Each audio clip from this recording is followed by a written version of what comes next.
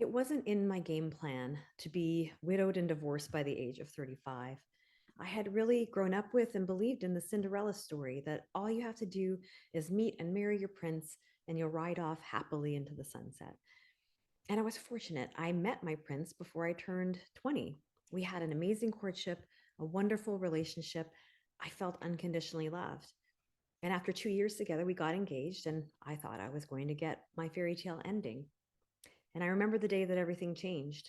I was at university picking up my midterm results. I decided to call my fiance to check in and see how his doctor's appointment had gone because he was having back pain and experiencing fatigue. And I remember hearing him crying at the other end of the line and him saying it's cancer. And I asked how long, and he said 3 months. I remember dropping the phone and running back to my apartment. It was a bright sunny day, and everybody was just walking and laughing and acting as if nothing had changed. But for me, everything had changed. So I withdrew from university. We got married to honor our love for each other. And shortly thereafter, he died. We had a wedding and a funeral only 6 weeks apart. And I became a widow at the tender age of 22 with no idea how to deal with the lemon shaped curveball life had just thrown at me. I didn't know how to deal with, up distraught stepchildren, angry exes, estate matters, let alone how to process and release my own emotions. I mean, I was only 22. Nobody my age had gone through this before. Nobody my parents' age had gone through this before. And I felt very alone. I'm guessing by now, life has thrown a lemon or two at you as well. A job loss, financial difficulties, health challenges, breakup, divorce, death of a loved one, caring for sick family members. And it can taste pretty bitter, especially when it's unexpected. But I've discovered that there are 3 steps you can take to go from feeling bittered and struggling to feeling empowered and thriving. And I'd like to share these 3 steps with you today in order to help you with whatever you're going through. So, welcome to Embracing Change, Using Challenges to Uplevel Your Life. I'm Karen Strang Allen, a love and empowerment coach. And I'm really looking forward to sharing some insights with you today from my journey that I believe will be helpful with yours. So, after my husband died, I tried to tell myself I was fine. I stuffed my feelings down. I applied for a new degree, moved to another city, and then I noticed something was wrong. I couldn't do simple things like walk to school or climb a flight of stairs without getting winded. One day I dropped the cap to the orange juice container on the floor and I burst out into tears because I felt too tired to pick it up. So I went to see a doctor. I was diagnosed with depression and prescribed antidepressants. And it's not surprising in hindsight. I mean, I didn't know how to process and release the pain I was feeling. And that's when I learned the first step in embracing change, which is to process your emotions. We live in a culture that teaches us that negative emotions like sadness, anger, or fear are bad. We're told to just get over it, suck it up, move on, which is effectively a prescription to suppress and avoid our feelings. But our emotions are not bad. They're messengers. They're a normal part of being human. And emotions we bury don't just go away. They come back in one of 3 forms, either as physical illness, as mental illness, or in conflict with others. As Shakespeare reminds us, there's nothing either good or bad, but thinking makes it so. So we have to stop thinking that emotions are bad. We need to stop shaming ourselves and others for struggling or grieving in times of difficulty. Instead, we need to acknowledge what we're feeling openly, talk to supportive people and professionals, and learn how to move through, process, and release our emotions in a healthy way. So, with whatever you're going through right now, ask yourself, what are my emotions trying to tell me? What do I need in order to feel better? And how can I show myself more love and compassion? Thankfully, I found a great therapist. I discovered I didn't need a pill to suppress my emotions. I just needed somebody to talk to help me to move through what I was feeling and get to the other side. With her help, I finished my degree. I got a great job out of university, joined some sports teams, made new friends, and eventually remarried and had kids. And for a while, things were really good. Then 10 years later, my husband and I realized we wanted very different things from a relationship. So we decided to amicably separate. I was just starting a business with no predictable income. My kids were only 2 and 4. And as I moved out, my mom was diagnosed with early onset Alzheimer's, and she lived quite a ways away. So life decided to pitch me several lemons this time. And that's when I learned step two in embracing change, which is to shift your focus forward, because what we focus on determines how we feel. We're wired as human beings to resist change. We want life to be predictable. So when unexpected challenges happen, we push against them because it's not what we want. But as the Dalai Lama wisely said, pain is inevitable, suffering is optional. And what he meant by that is that everyone will experience pain in their life: death, divorce, health issues, financial challenges. But suffering happens when we resist change, when we push against it and insist it shouldn't be this way, when we see only the negative in what has happened and we let it color everything with a terrible shade of gray, when we focus on the loss and the door that is closed instead of all the doors that are opening right in front of us. When my marriage ended, I realized it was an invitation from the universe to change what was not working and ask myself what I actually wanted. And I realized I wanted to rediscover myself, to find my purpose in life, to learn how to love myself and enjoy my time on my own. Like many women, I had lost myself in my marriage and in meeting my children's needs. I felt like I didn't know who I was anymore. I was really repeating my mom's story. My mom had also lost herself in her marriage and in raising four children. And then she literally lost herself when she developed Alzheimer's. I remember when she was in the early stages of the disease, I'd read an article that said that music can help people with Alzheimer's retain their memory longer. So I asked my mom, "What are your favorite songs?" Because I wanted to make her a playlist. And I remember my stomach sinking when she said, "I don't know, whatever your father likes." And I realized she had self-sacrificed to the point to where she had literally lost her identity. I mean, she didn't even know who she was or what she liked.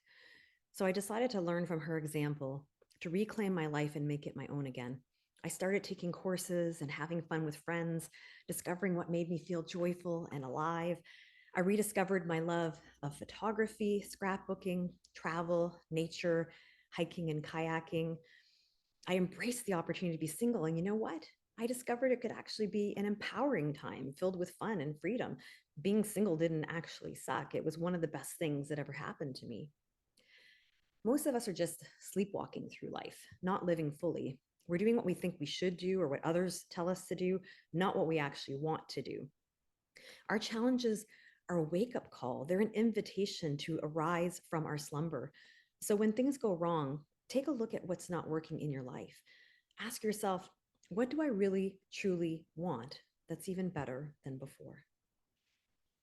So fast forward 5 years, and the universe decided to pitch me some new lemons. This time, it gave me a cycling accident, a major concussion that made it very difficult to function day to day.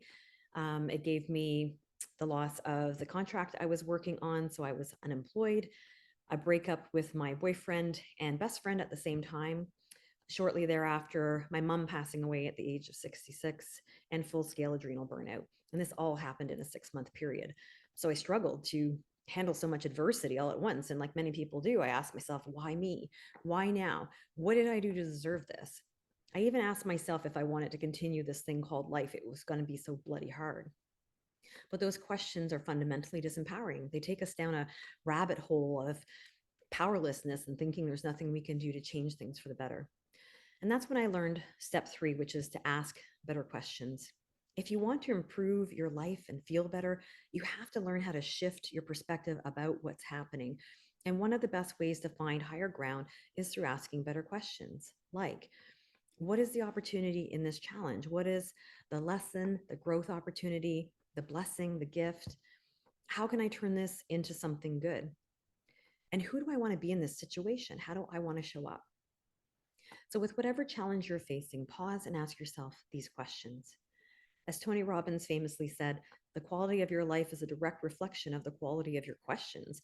When you ask better questions, you get better answers. You see solutions you didn't see before. You feel empowered to take action and make things better for yourself.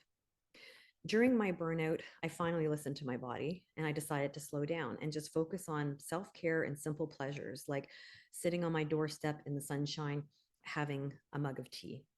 I used gratitude journaling to ask myself, what is still good in my life? I used what happened to my mom and my adrenals as a wake up call to start prioritizing my health and well being to stop overgiving and self sacrificing. I used my unemployment to switch gears and launch my coaching business. And I used the breakups to help me set better standards for who I was going to share my life with. Empowerment doesn't come from being gifted or talented or special. It also doesn't come from being lucky and having everything in life go your way. It comes from knowing that we're resilient and capable of figuring things out, from learning how to embrace change, to see it as the gift that it is, and use it to create something even better than what we had before. It comes from trusting that the universe has your back, even if it doesn't seem that way at first. And I get that sometimes it doesn't seem that way. It comes from deciding what we really truly want in our lives and going after it and never giving up until we've achieved the results that we want. I was reminded last year that life is short. My dad and my brother died of cancer only 7 months apart.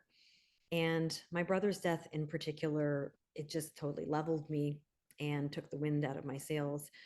It felt really unfair that his ending had to be so tragic. He was only 49 years old. He was supposed to turn 50 that year.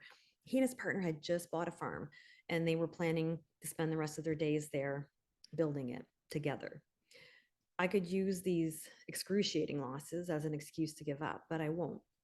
As Maya Angelou said, we may encounter many defeats, but we must not be defeated. So instead, I'm giving myself the time and space to feel my feelings and to grieve. Grief often comes in waves. So every time I experience a new wave, I sit myself down, I stop what I'm doing, and I move through it. I'm focusing on the good people in my life, what's still really good about my life. And I'm asking myself what the gift in these difficult experiences is. I'm choosing to see it as a reminder that life is precious because time is non refundable and that I better make good use of my time here because it's not guaranteed.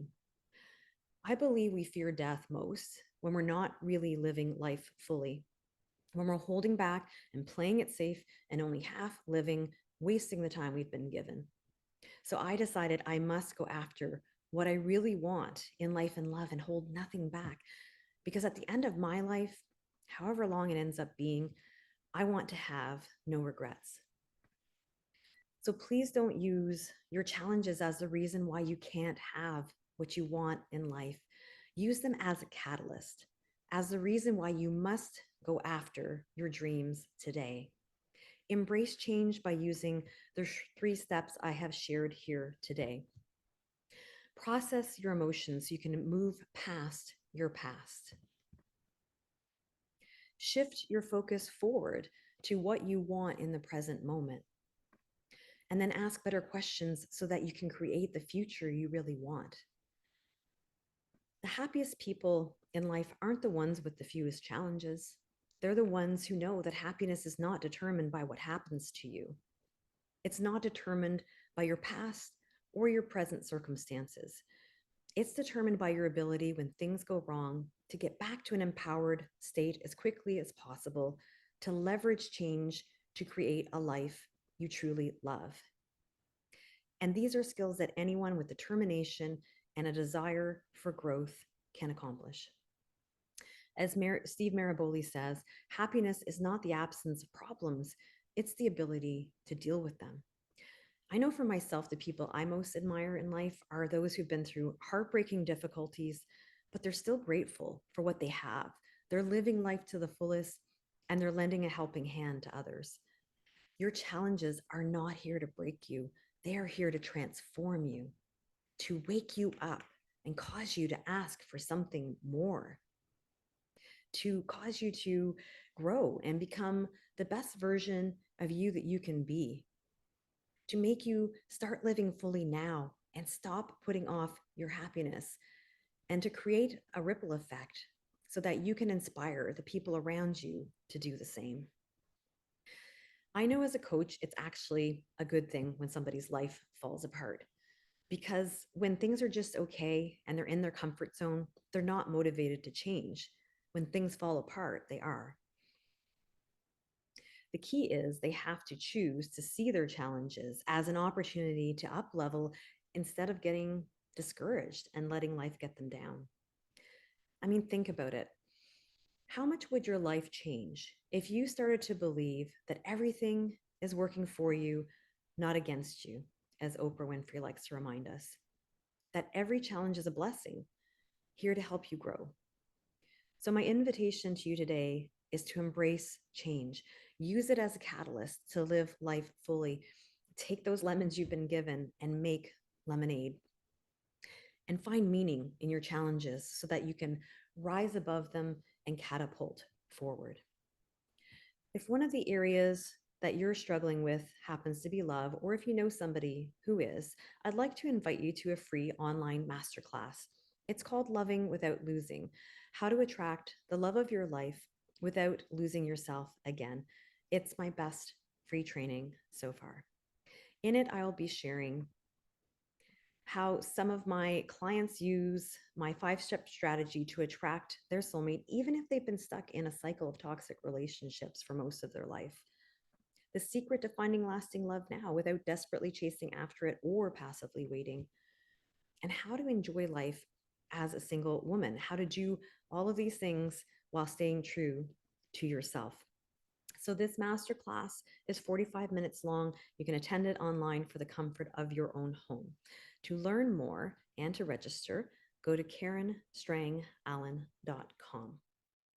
Thank you for attending today. I hope this has been helpful to you. Just remember, be brave, embrace change, and create the life you want today. I'm Karen Strang Allen. Bye for now.